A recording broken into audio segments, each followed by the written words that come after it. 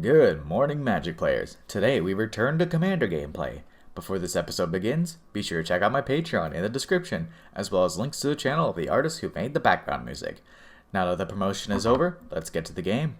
Arkham Arcanus brings Aesi, Tyrant of Gyre Strait, to the arena, keeping Fleet Swallower, Cyclonic Rift, 3 visits, Mind's Dilation, 2 forests, and an island. Newcomer Rishik, Lady of the Void, arrives with her Dragon Brood in tow, with Dragon at the helm.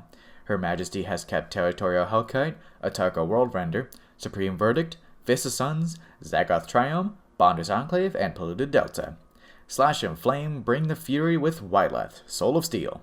They've kept Spirit Mantle, Haunted Cloak, Harrow Nazan, Ash Barrens, Spine Rock Knoll, Mage Ring Network, and a Mountain. Glindro, the Reef Thrasher, arrives for her Season 2 debut with Xenagos, God of Revels. She's kept Giant Adaphage, Collective Voyage, Lurking Predators, Soul Ring, Kazandu Refuge, a Forest, and a Mountain. The Devil Duo drops a Mage Ring Network, passing to Rishik. Her Majesty of the Land of Violet Sky plays a Zagoth Triumph. She passes to her arch nemesis. Glindro scoffs, playing a Kazandu Refuge. She gains 1 and ships the turn to Arkham. On her end step, however, Slash cycles an Ash Barrens for a Plains. It goes into the duo's hands, and Arkham's turn begins. Arkham trips and falls down, dropping an island from his hand. He shrugs and passes to Slash and Flame. Flame plays their land for turn, a Plains, then deafening silence. No one even notices it, as it's a stacks piece that doesn't actually hurt any deck here. Slash facepalms, and the duo passes. Rishik plays a Polluted Delta, cracking it and losing 1. She passes to Glintro while searching. Glintro plays a Forest, then a Soul Ring. She sticks her tongue out at Rishik, who finds a smoldering marsh from a Polluted Delta. Arkham grins, liking the infighting already going on. A Forest is played as his land for turn. He casts 3 visits, grabbing a tropical island from his deck. He ends the turn. Slash and Flame play a Mountain, then summon their commander, Wyleth, Soul of Steel. He enters and the duo passes. Rishik plays an Exotic Orchard. She then casts a Territorial Hellkite thanks to the cost reduction of her commander. She goes into combat. She rolls a dice for its effect, and the dice gods choose Glintro. All the more happy to smack her rival, Rishik sends the dragon at her. Glintro takes 6, Rishik cheers, and ends the turn. Glintro has a plan up her sleeve jacket thing. She plays a Forest, then casts a Collective Voyage. Arkham joins in, making the total mana put in at 5. Each player grabs 5 basic lands and puts them onto the field tapped. Glintro leans back, setting herself up for an explosive next turn. Arkham casts his commander, Aesi. The Serpent enters and Arkham plays an island. He draws a card, plays a Forest, draws another card. He then drops Commander Sphere and ends his turn. Slash and Flame start off with a Hammer of Nazan. It auto-equips their commander, making it indestructible. The duo then drops a Spine Rock Knoll, hiding away a card. Flame then heads to combat, swinging Wyleth at Rishik. Flame draws a card on attack, then Wyleth connects, dealing 4 damage. Rishik expected a lot more from an equipment deck with auto-equip and 9 mana, especially from her favorite former employees. Oh well. Slash and Flame pass.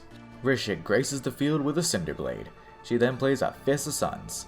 With this artifact and enough mana to use it, she pays 1 of each color to cast her commander, the Dragon. The crowd goes wild, excited to see the dragon in action. It's cut short, however, as Slash casts Path to Exile, exiling Dragon. Glintro bursts into laughter as Rishik begrudgingly grabs a basic mountain to replace it. She then goes into combat, the Hellkite randomly deciding Arkham is the one to be smacked for 6. The Hellkite heads at Arkham, dealing 6. All done, and with an engine shut off, Rishik ends her turn. Glintro is done laughing now. She drops a Forest, then plays her commander, Xenagos. She casts a Savage Ventmaw, then goes into combat, giving it 4/4, haste, and trample with Xenagos. The buff dragon adds insult to injury, smacking Rishik for 8 damage and giving Glintro 6 mana to use. She does use it, casting a Lurking Predators.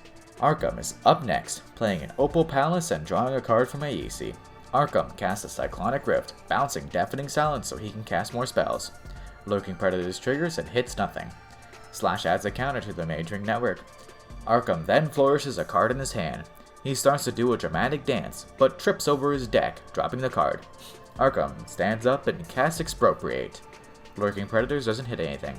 He chooses to take an extra turn, while the other 3 players all choose to give up a permanent. For once, Glintro and Rishik working together.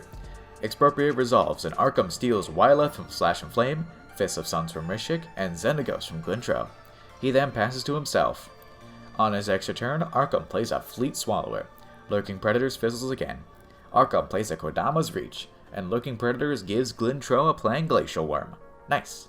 Arkham grabs a forest and an island with Kodama's Reach. He puts the island into play, draws a card, then plays the forest from his hand, drawing again. He then moves to combat, buffing Fleet Swallower Xenagos and giving it haste. Wyleth heads at Slash and Flame, while Fleet Swallower and Aesi head at Rishik.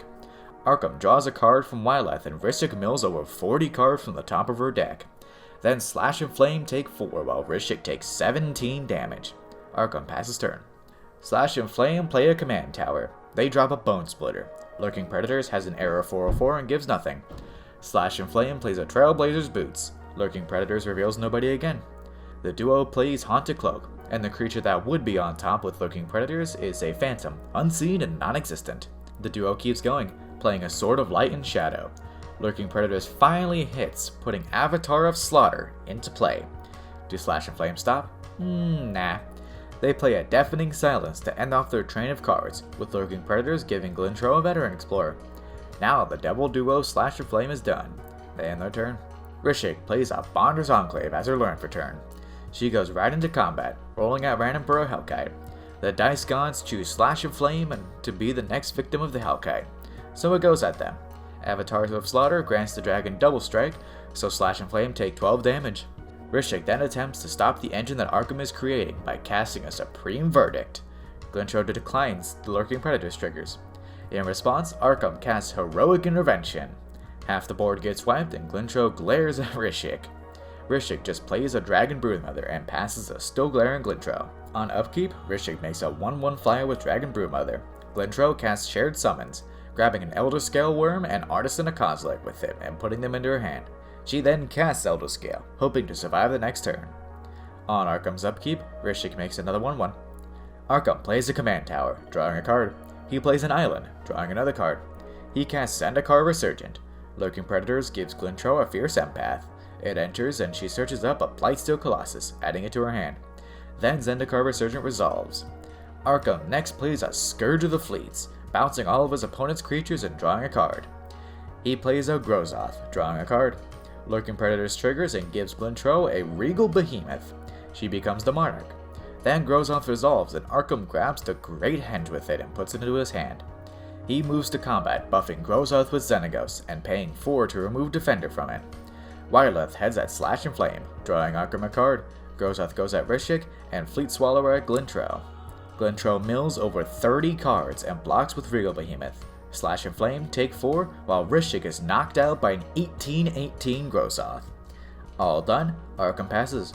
Glintro is disappointed she didn't get to finish off Rishik. On Slash and Flame's upkeep, Arkham casts Whirly Tutor. Lurking Predators doesn't give Glintro anything.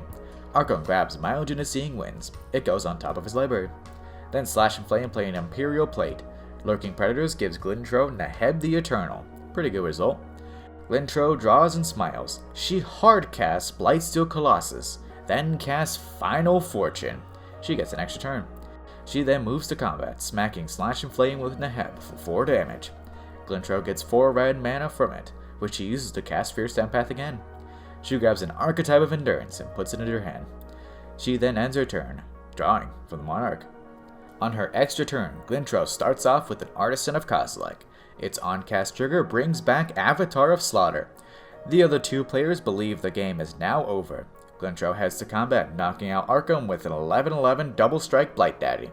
She then flashes back Seize the Day, which was milled earlier by Arkham, to take an extra combat step and finish off the game by knocking out Slash and Flame to win the game. Wow, what a comeback by Glintro at the end. Always exciting to see such a turn of events at the end of games. It's a good play to kick off this season's Commander episodes, which resume at episode 6 after the next 2 Vortex Cube matches. I hope you all stay tuned for those next time on The Vortex.